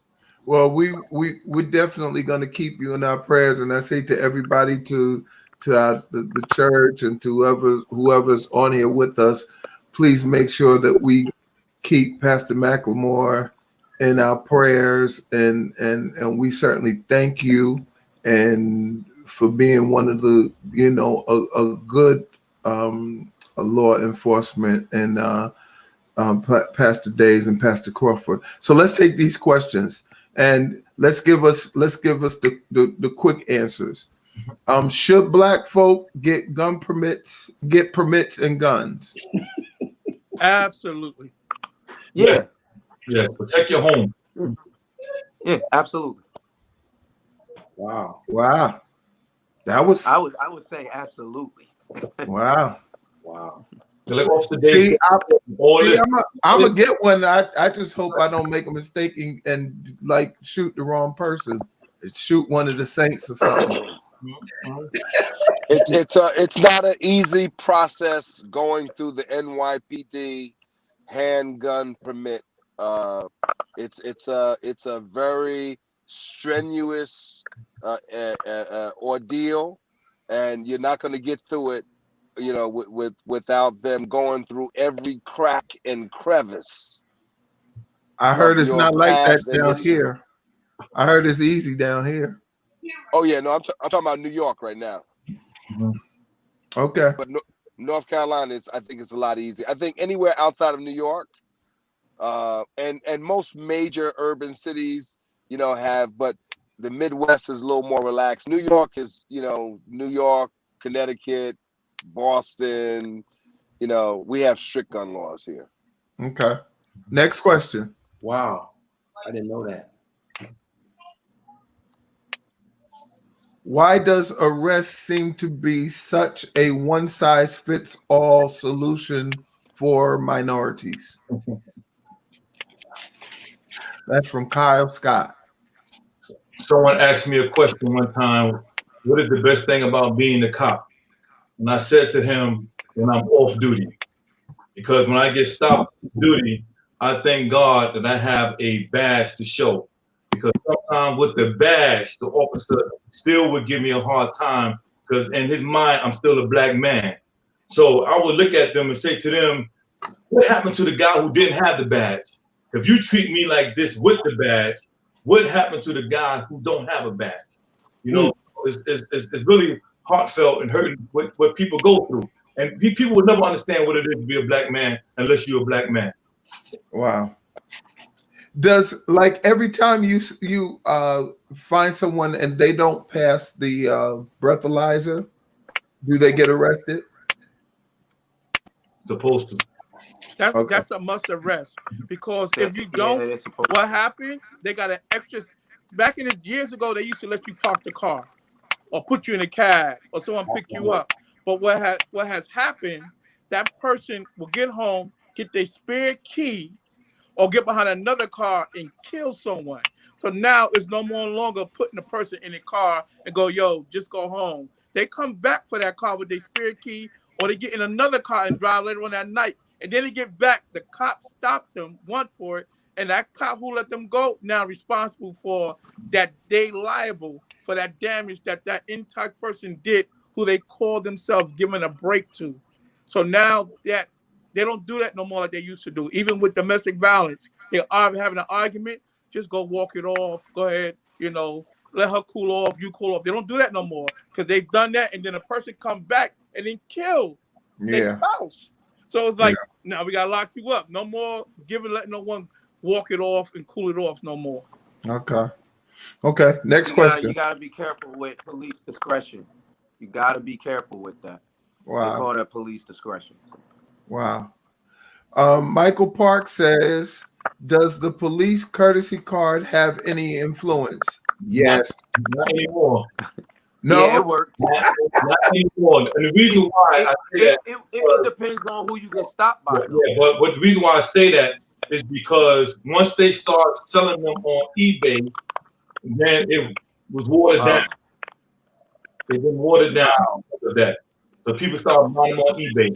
You know, so Because, it was watered down. well, you got to know. Well, listen, anybody that gives you a PBA card, they have to put They their got to sign the back name of it. and their On the shield back of it. number on the back, and sometimes they'll put their cell number. And the Right. officer that receives it, and when you give a PBA card, you tell them, just when they ask for the license and registration, don't be showing the PBA. Just give them the license with the PBA card behind the license, and then they can make.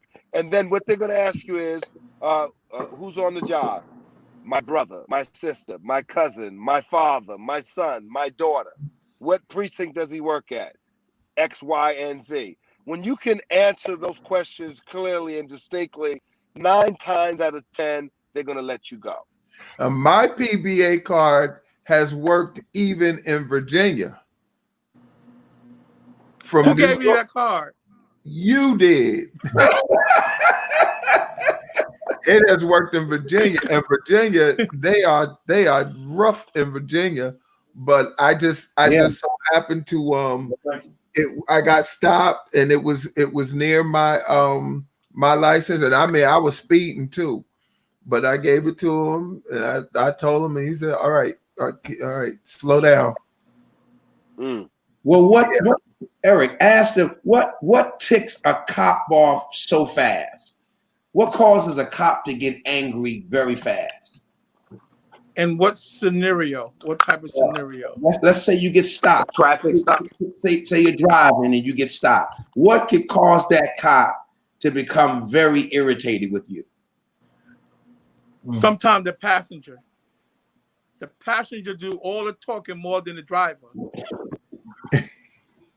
The wife. That's what normally. That's what is. I won't do nothing wrong, but that ticked me off a lot of times when a passenger, you got nothing else better to do, and the person who you stop is giving you everything and compliant, and the passenger is just roofing at you.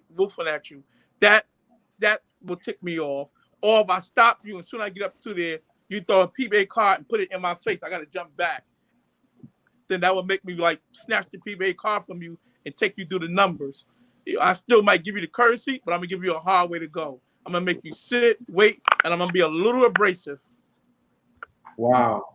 But you know what? It's also the way the driver or the passenger, I would say the driver responds to you. You ask for your license and registration. What you stopping me for? You know, it automatically just goes right there when you're saying, let me get your license and registration. Because in my police department, we tell you, may I have your license and registration, officer so-and-so, and, you know, I'm stopping you because. But before we can get to I'm stopping you because you passed the red light, what you stopping me for? And so that automatically just, and as Bishop Taylor said before, I think it was Bishop Taylor, it's like an ego thing. You know, it's the authority. You're the authority, but now you're challenging me. And so now it's like, okay, now it just escalated. And for instance, I'll give you a perfect example. Somebody who birthed me out, I'm not going to call her name, but somebody who birthed me out, I gave her a mini badge. And the mini badge is way better than the PBA card. And so, you know, the trooper stops her. And of course, the first thing they say, you know, first thing she says is, I'm calling my son. So he's saying, okay, who's your son? So she tells her who your son is. He said, okay, all right, so call him. Well, the only reason why you stopping me because I'm black. So when she called me, I'm saying, what's going on? I ain't gonna say her name, but she birthed me out. But I said, what's going on? Like, why you doing this? And so now I gotta talk to him. So instead of him letting her go and it just be okay, she showed him the bag.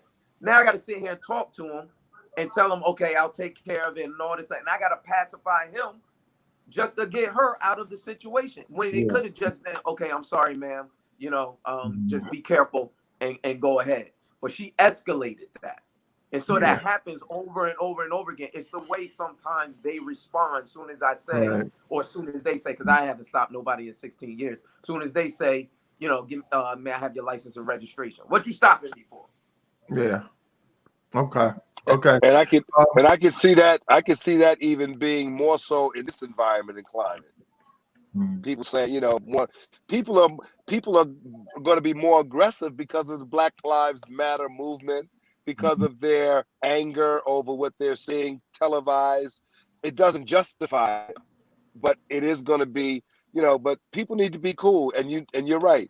If a police officer stops you, you know, the first thing should not be, what did you stop me for? No. I asked for your license and registration. That's all. Be very polite. If you're driving a vehicle, you shouldn't have a problem producing that. Right. Without an attitude. Right. Okay. Next question, Lady G Marie. Did they not back in the day shoot to wound? What happened to that? How did when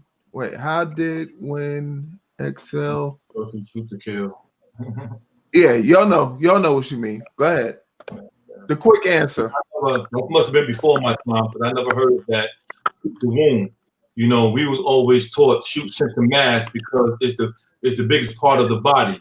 And people know that shooting is not as easy as people think it is.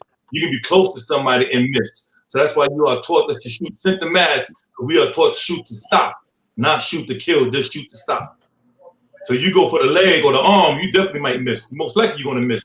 So you shoot the biggest part of the body, would you aim at? Wow. I didn't know that. Center mass. Wow. So 9 times out of 10, if you hit somebody's center mass, they're going to die. Your vital arteries. Wow. Statistically, most police shootouts take place within 3 feet of each other. So, like I was saying, it turns into seconds of horror. Like you right there, and you shoot before you even get the gun up.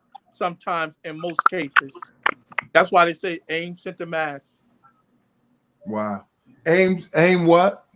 Center mass for the center mass. Center mass. Got it. All right. Next question. Wow. Brittany Bias. That's a beautiful woman and a beautiful baby. Oh, that's my daughter. I'm sorry. Is it more so how they ask, why are you pulling me over, more than the question itself? Yes, definitely. It's why you ask. You want to be as polite as possible. Can't walk up to you, good morning, officer. How's your day? What's going on? You want to just be cool with it. You know, you don't want to have this attitude at all. You want to be polite because he could just tell you something simple like you got to bust a tail light. You didn't signal. You know, to be something simple, and we escalate it without attitude. Just keep it as cool as possible. Good day, officer. You know what's going on, and have your license registration ready. That's it. Okay, good. Next and question. Bishop, you gotta remember also. You gotta remember, especially up here where I am, most officers don't even want to get out their car. So unless you in a traffic unit or something like that, a regular patrol officer, they're not really looking to get out their car. They looking to mind their business. So to come into some type of confrontation like that. Okay. Wow. All right. Next question.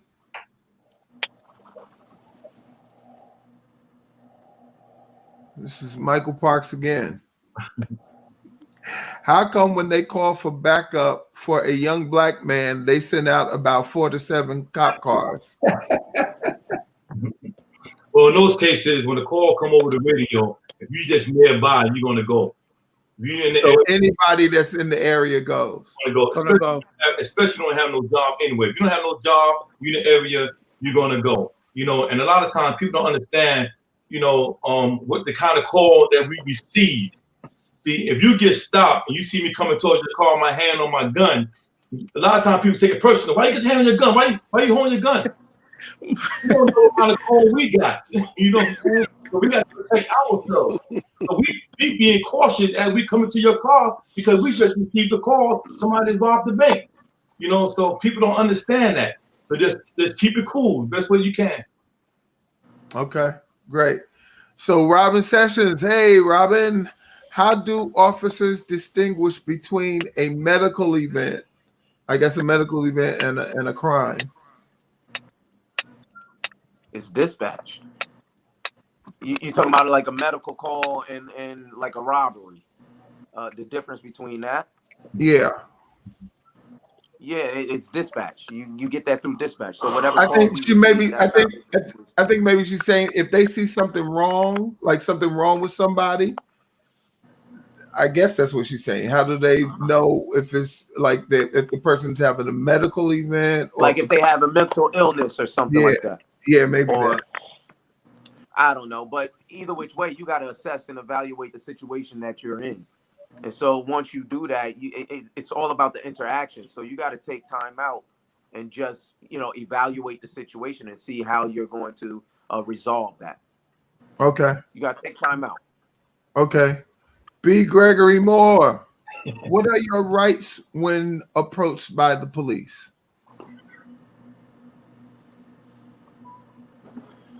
You know what I tell my children? Don't talk.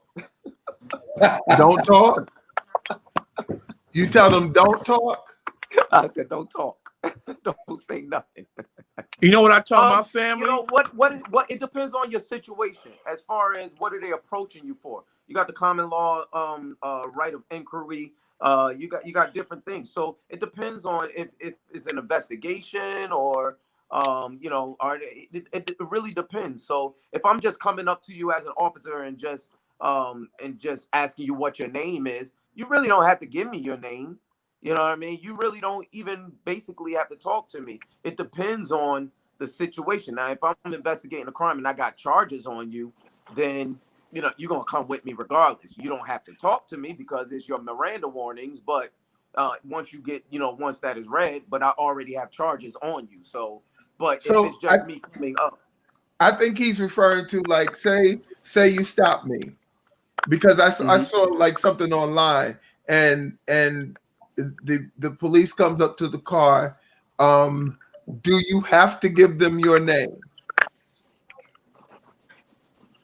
That's funny. Yeah. I believe so. If you're a law-abiding, yes, you do. I forgot the CPL section. I just looked that over because I got to do a forum on Saturday, but you do have to give your name. And if you don't give your name, they can bring you back based off of the charges based off the violation, the V&T violation in New York. We can bring you back and run you through the system to see if you're even in the system so we can get a name and stuff like that. So, yeah, because you got to remember a traffic violation is actually a summons. So it's all right. Okay. Do you have to give them your ID, your driver's license? If you don't, that's a charge. I mean, that's a violation of the V&T because you didn't produce the your license. I can look up the charge for you. Do you? But I don't have. Can they record you? Can who? The civilian? Can you record them? Can I record the cop? Yes. Yeah, it's your right. Can he take my phone away from me? No. Wow. I can't take your phone. You know how many people recorded me? I know, but I'm saying. I just engage them. That's it. Or you know what we do? Pull out our phone. They don't like when people are recording them. Okay. All right. I mean, I don't. I don't care if they record me or not. I'm doing the right thing. So. But have you found people to be more aggressive than cops?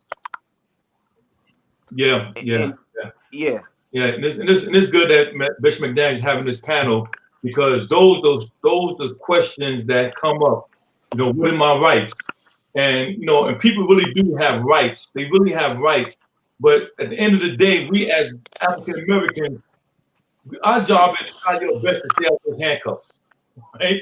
You want to stay out those handcuffs so you can make your complaints later on. You don't want to go to no precinct and handcuff trying to complain to anybody because nobody's going to listen to you while you're in handcuffs. So you have to be as cooperative as possible to stay out the hand. Yes, I ain't doing nothing. I don't have to tell you who I am. Well, you know they're going to escalate to something, you know, because you don't know what, like, once again, like I said, you don't know if that cop is picking on you or did he really get a call about something. You know, like a lot of times when I used to be on patrol and I go to somebody and I say, listen, man, your guys got to get up the corner, you're getting a lot of complaints. So we ain't doing nothing. Since you repeat that call that just came over, and I let the operator tell them the call they gave me, so they don't think I'm just picking on them.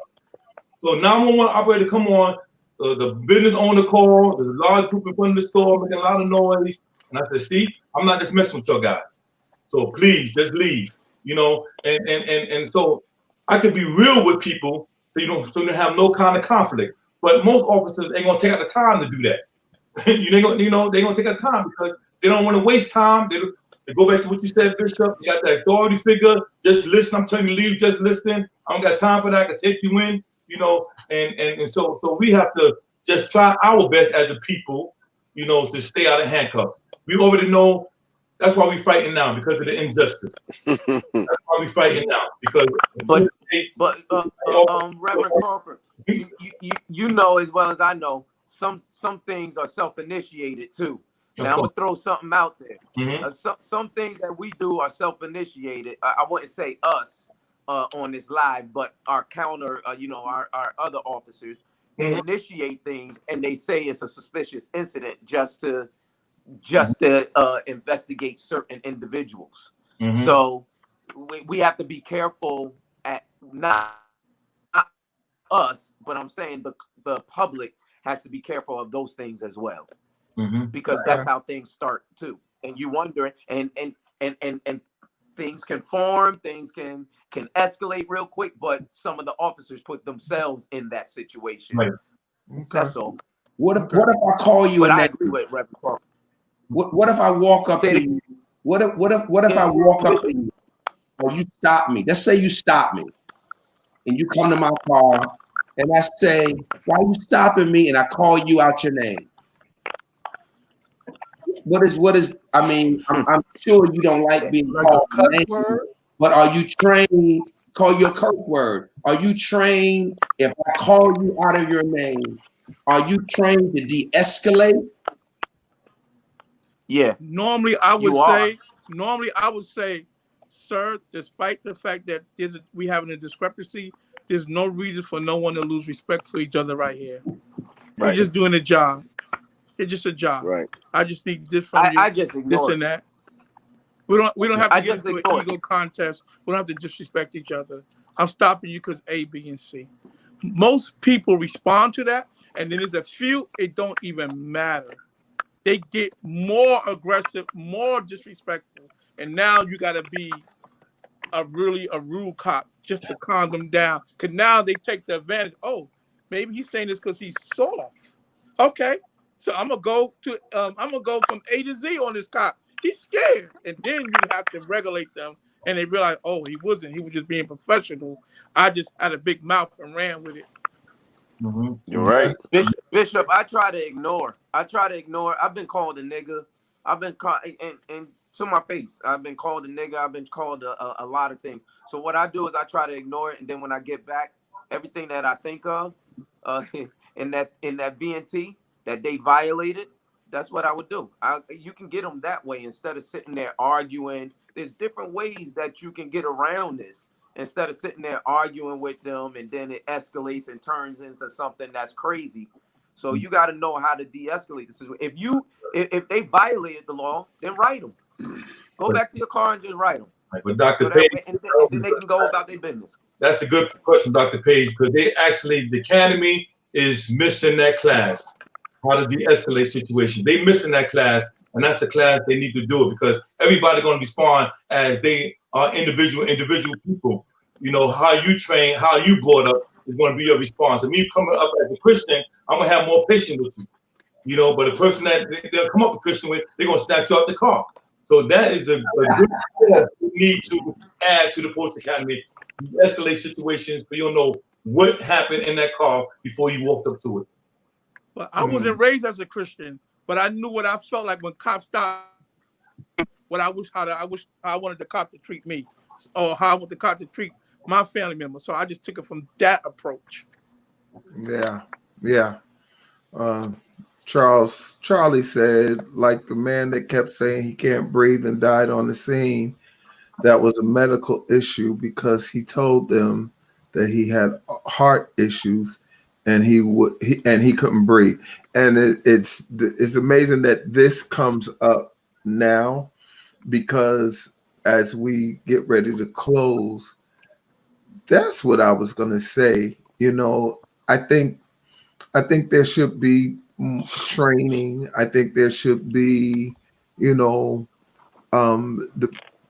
someone that's going to be a police officer should be properly vetted. I think they should be held accountable. When I don't think it should be this what do you call it? Blanket immunity. What is that? That's just that you just get off. That's right. Yeah, I don't think it could be that. But when you get to the root of it, I think it's a heart issue. I think you have people with a gun and a badge with heart issues. And I think that it's that's the problem. Bishop, remember when the officer's wife called her husband when we were at Royal Coast because we were next to her car? I don't remember that. I don't even remember that.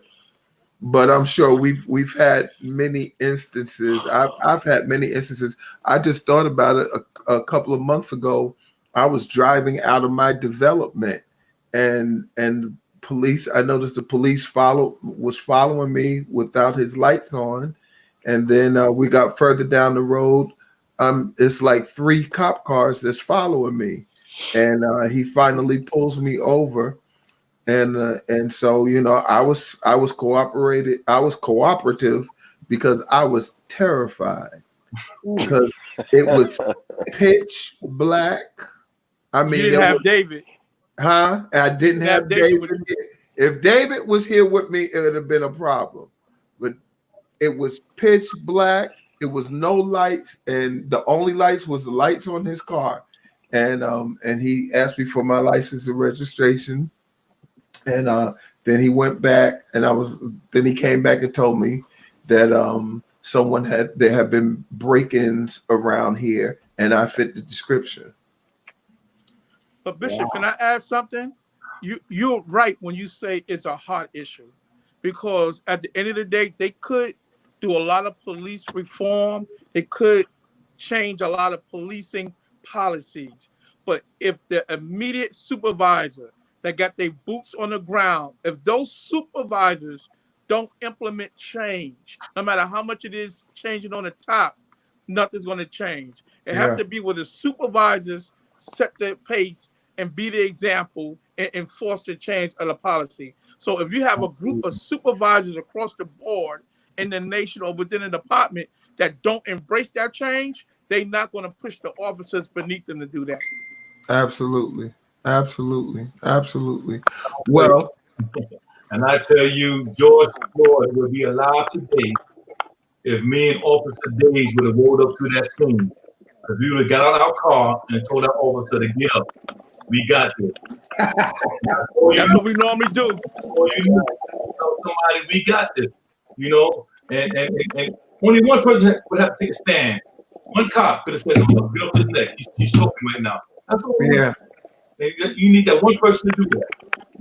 There was a female cop somewhere, I think upstate New York or Buffalo or something like that, that she did that and she lost her job for that.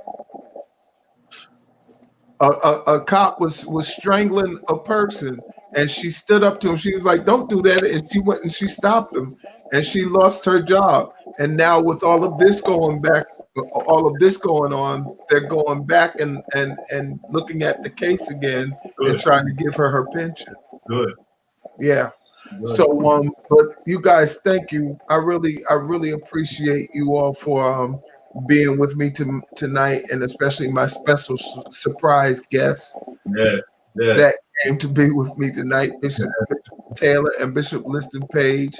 And y'all can join us on Monday nights. We get together for Real Talk on Monday night at 9 o'clock. So y'all can join us if you can. And y'all can get ready to start giving your tithes and your offerings. I want you to join us next week. Join us next week. Next week, we're going to have a conversation about I'm black, you're white. You're white, I'm black. Now what? Because we need to talk about it. We need to have the conversation. And so we're going to do that next week. In a time like this, when there's so much racial tension, we understand racial tension in the world, but racial tension in the church just ain't supposed to be. So we're going to talk about that on next week. So join us on next week. You can sow on tonight. And if you want to sow to Pastor Crawford, what's your cash app? $Lavone Crawford. All right. Pastor Day, put that in the chat. Pastor Days, what's your cash app?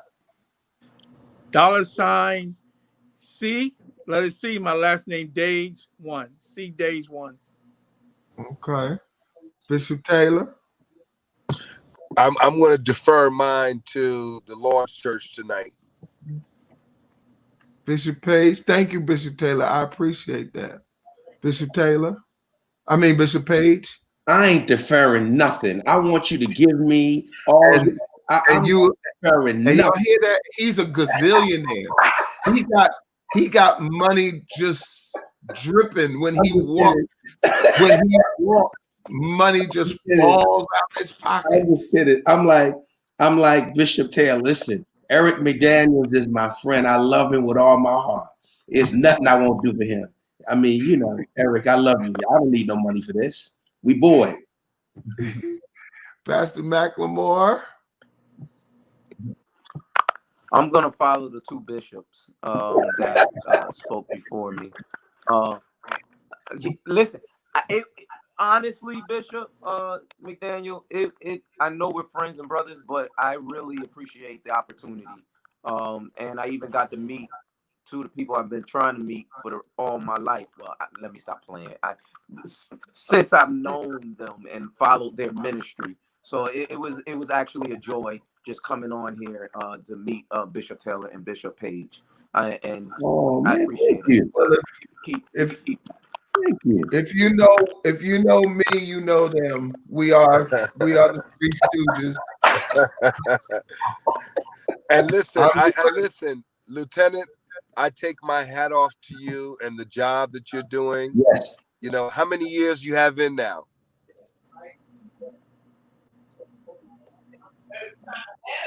I have 19 and a half. Okay. I have 3 officers in my church, and one of them he's ready to retire. And I think he's got 22 or 23 years in now. And it's not an easy job. It's not an easy job. And Pastor Daz said, man, even the retired officers are getting flack. I mean, that's powerful, man. But I think people understand, and I want to just make this point to the audience. People understand that, we're not talking about all officers. What I think we're talking about is structural racism that has been interlaced into systems that kind of guide and control the way we operate in this ecosystem. So there has to be some structural changes, in these paramilitary police forces, so to speak. You know what I mean? Especially in urban tracks, because in urban tracks, they're over policed. There's more aggression, but we're aggressive too. So I mean, there's a lot of education on both ends, and I just appreciate the fact that we've been able, Bishop McDaniel was able to pull these gentlemen together. Yeah. With this and Pastor Macklemore, when Bishop Taylor and Bishop Page, when he invites you to come to his church, he's got a great church up in what is it, Underarm, New York? What is it? What is it? I can't stand it. Underarm, New York. Newburgh, Huh? New York. Oh, Newburgh. Yeah, Newburgh.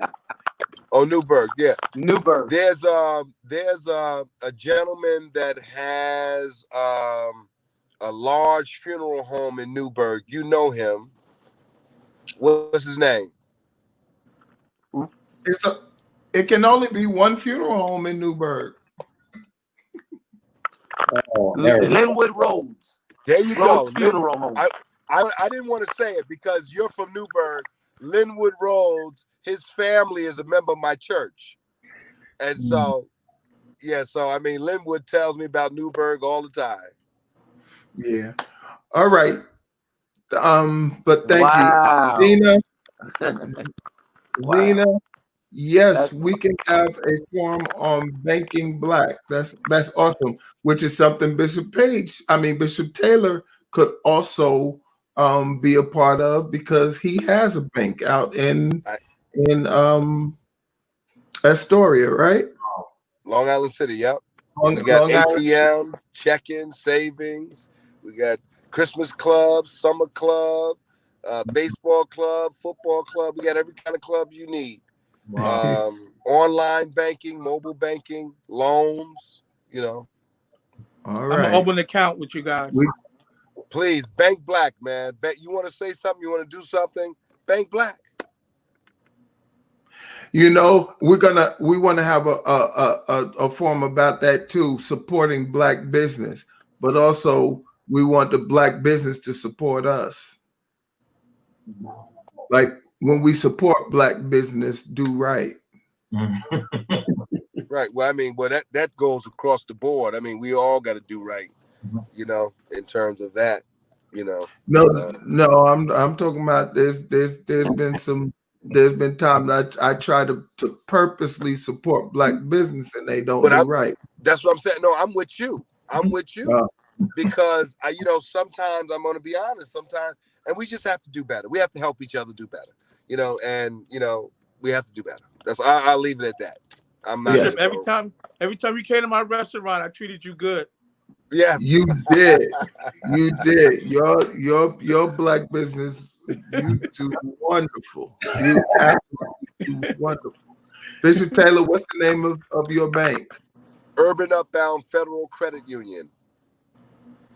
And the phone number, Urban Upbound, UPBOUND, Federal Credit Union. And you can find us online at uufcu.org, uufcu.org. Or if you want to call, 718-784-5050. Great. And we encourage everyone to come, and we will do our best. Hey, Bishop. Yes. Hey, Bishop, love y'all. It's my 20-year wedding anniversary. I got to go and praise the Lord. Oh, happy anniversary. You go and praise the Lord. You go and celebrate. Happy anniversary. Yes, sir. Happy anniversary. Happy anniversary. I got to go celebrate. Go celebrate. Thank you for spending this time with us. Thank you, everybody. I love you all. Bishop Taylor,